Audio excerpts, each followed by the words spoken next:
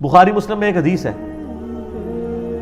حضرت عمر سے زیادہ کوئی انٹیلیجنٹ بندہ تھا، لیکن دیکھیں ان کو بھی کہاں پہ غلطی لگی ہے۔ حضرت عمر فاروق رضی اللہ عنہ کو جب زخم لگا نا تو بیمار ہو گئے، یعنی بالکل اب قریب المرگ تھے۔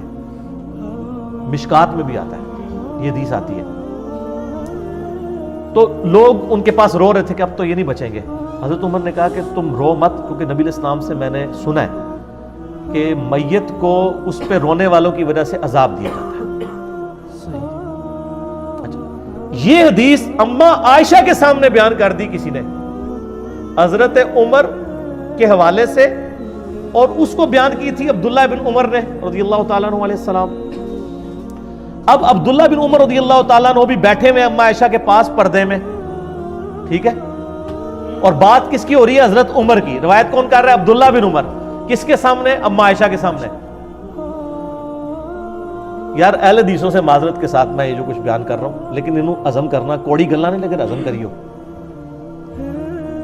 اب اما عائشہ نے فرمایا خدا عمر ابن خطاب پہ رحم کرے، اس کو سمجھنے میں غلطی لگی ہے۔ کون کہہ رہا ہے؟ اما عائشہ۔ حضرت عمر اپنی وفات تک ایک حدیث کو غلط سمجھتے رہے، صرف ظاہری الفاظ کی وجہ سے۔ اما عائشہ نے کہا قرآن میں تو سورہ الزمر کے اندر آیت ہے وَلَا تَزِرُ وَازِرَةٌ وِزْرَ أُخْرَى، کوئی جان دوسری جان کا بوجھ نہیں اٹھا سکتی۔ تو عمر نے یہ کیسے سمجھ لیا کہ نبی علیہ السلام یہ فرما رہے ہیں کہ میت کے اوپر جو لوگ رو رہے ہوتے ہیں اس کی وجہ سے اس میت کو عذاب دیا جاتا ہے، اس کا کیا قصور ہے؟ سر لاجیکل ہے بات کہ نہیں؟ یہ لاجک حضرت عمر کو نہیں سمجھ آئی، عبداللہ بن عمر کو نہیں سمجھ آئی، دونوں فقیہ صاحب ہیں، اور اما عائشہ ان کو سمجھ آ گئی کیونکہ انہوں نے قرآن سے استدلال کیا۔ لہٰذا میں بھی جب کہتا ہوں نا کہ حدیث کو قرآن پہ بھی پہلے پیش کیا کریں، کہ قرآن کی یہ جتنی تقدیر کے اوپر حدیثیں ہیں نا، میں نے ان کی تعویل کی ہے قرآن کی روشنی میں۔ اگر آپ تقدیر میں آپ جبریہ کا عقیدہ نہیں رکھ سکتے، قرآن نے واضح کہا ہے اِنَّا ہَدَيْنَاهُ السَّبِيلَ اِمَّا شَاكِرًا وَإِمَّا كَفُورًا، آپ کے پاس اختیار ہے، ٹھیک ہے کہ لمیٹڈ ہے لیکن اختیار تو ہے۔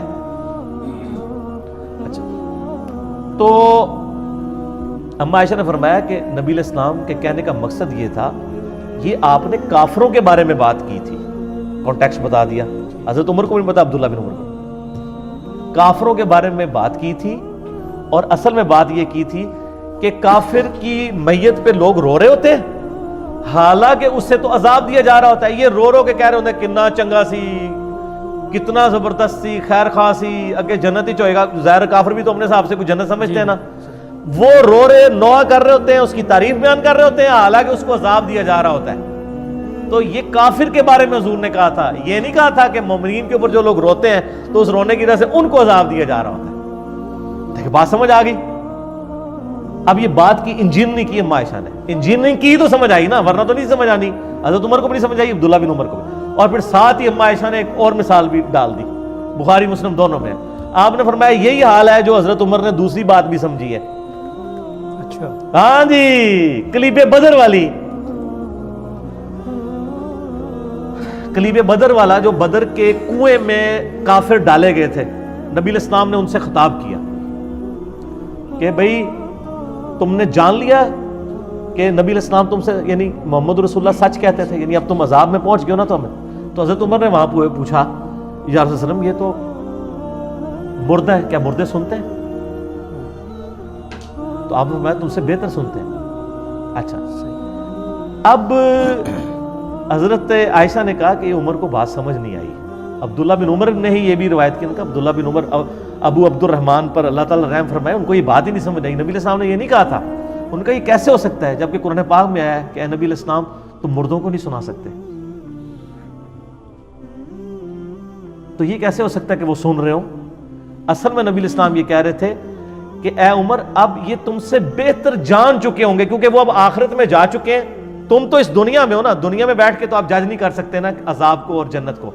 انہوں نے عذاب چکھ لیا ہے، اب یہ سمجھ چکے ہوں گے کہ دنیا میں جو محمد صلی اللہ علیہ وآلہ وسلم سے کہا کرتے تھے وہ بالکل ٹھیک کہا کرتے تھے۔ تو حضرت عائشہ نے کہاں کی تعویل کی؟ ان کا یہ یسمعون کا مطلب یہ ہے یعلمون، وہ جان چکے ہیں، یہ نہیں ہے کہ وہ فزیکلی سن رہے ہیں۔ ام عائشہ بھابی نہیں سن، دیکھو نا جی، یہ بات کر دیتے ہیں نا جی، وہابیوں والی باتیں ہیں، یہ فلاں فلاں ہے، آپ دیکھ لیں یہ دونوں بات۔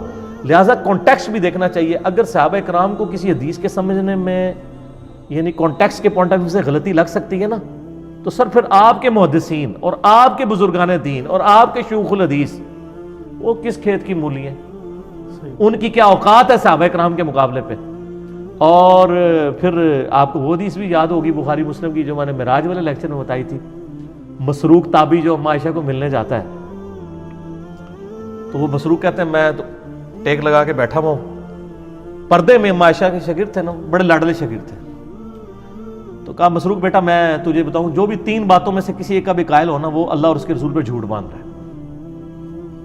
ان کا پہلی بات یہ ہے کہ جو شخص یہ کہتا نا کہ محمد صلی اللہ علیہ وسلم نے اللہ کو دیکھا ہے وہ جھوٹ بول رہا ہے. مسروق کہتے ہیں میں ٹیک لگا کے بیٹھا ہو گیا, میں کہا اماں جی جذباتی نہ ہو, ٹھنڈے ہو, کیڑی گل کر رہے ہو, ذرا اس میں میرا کلپ بھی چڑھا ہوا ہے. انہوں نے کہا بالکل میں اس امت میں پہلی ہوں جس نے میں نے نبی علیہ السلام سے پوچھا تھا یہ قرآن میں جو ذکر آیا تو نبی علیہ السلام بتایا میں نے جبرائیل کو دیکھا. اور بیٹا دوسرا وہ بندہ بھی جھوٹ بول رہا ہے جو یہ کہے کہ نبی علیہ السلام نے کچھ خاص باتیں خاص لوگوں کو بتائیں کچھ چھپا لی, جبکہ قرآن پاک میں تو واضح آتا ہے کہ نبی صلی اللہ علیہ وسلم اگر آپ نے اللہ کا پیغام نہیں پہنچایا سورۃ المائدہ میں تو آپ نے رسالت کا حق ہی نہیں ادا کیا. تو نبی علیہ السلام نے کوئی چیز نہیں چھپائی. سارے صوفی وٹ چھڑے اما عائشہ نے پڑھ کے کٹھے ہی جڑے نا تیشے تھلے دے کے وٹ چھڑے کہ بھی کوئی خاص گل کسی خاص منہ نہیں دسی, ساری اوپن نہیں دسی ہے حجۃ الوداع پہ غدیر خم پہ. اور تیسرا فرمایا کہ جی جو شخص یہ کہنا کہ اللہ کے نبی غیب جانتے تھے اس نے بھی جھوٹ بولا. کیا تم قرآن نہیں پڑھتے ہو کہ 5 غیب کی کنجی ہیں جن کو اللہ کے علاوہ کوئی نہیں جانتا؟ اما عائشہ سے سیدھا قرآن تو شروع ہو گیا نا, قرآن دے ہوتے ہی سارے عقائد. اور ایون اما عائشہ حدیثوں کو بھی قرآن پہ پیش کرتی تھی. آپ دیکھیں یہ حدیثوں کو قرآن پہ پیش کیا. حدیثیں بیان کرنے والے حضرت عمر ہیں, عبداللہ بن عمر ہیں, ان کی حدیثوں کو امام یعنی بخاری اور امام مسلم دونوں نے نقل کیا کہ اما عائشہ نے دونوں کی حدیثوں کو اس فام کو ریجیکٹ کر دیا جو حضرت عمر اور عبداللہ بن عمر نے لیا ہوا تھا. حالانکہ ظاہری الفاظ وہی فام تھا جو حضرت عبداللہ بن عمر اور حضرت عمر فاروق لے رہے تھے, لیکن اما عائشہ نے قرآن کے ساتھ اس کی تعویل کی. اس کا مطلب ہے اہل حدیث علماء سے میں ریکویسٹ کروں گا, برا نہیں ماننا, احادیث کو قرآن پر پیش کرنا یہ میری ماں اما عائشہ رضی اللہ تعالیٰ عنہ و سلام اللہ علیہا کی سنت ہے. اس کے بغیر سمجھ نہیں آ سکتا. ہمیں کوئی صحیح حدیث بھی مجبور نہیں کرتی کہ ہم قرآن کے خلاف کوئی عقیدہ رکھیں. جعلی روایتیں تو صوفیاء کی چھوڑ دیں, قرآن کی تعویل نہیں کریں گے, حدیثوں کی تعویل کریں گے.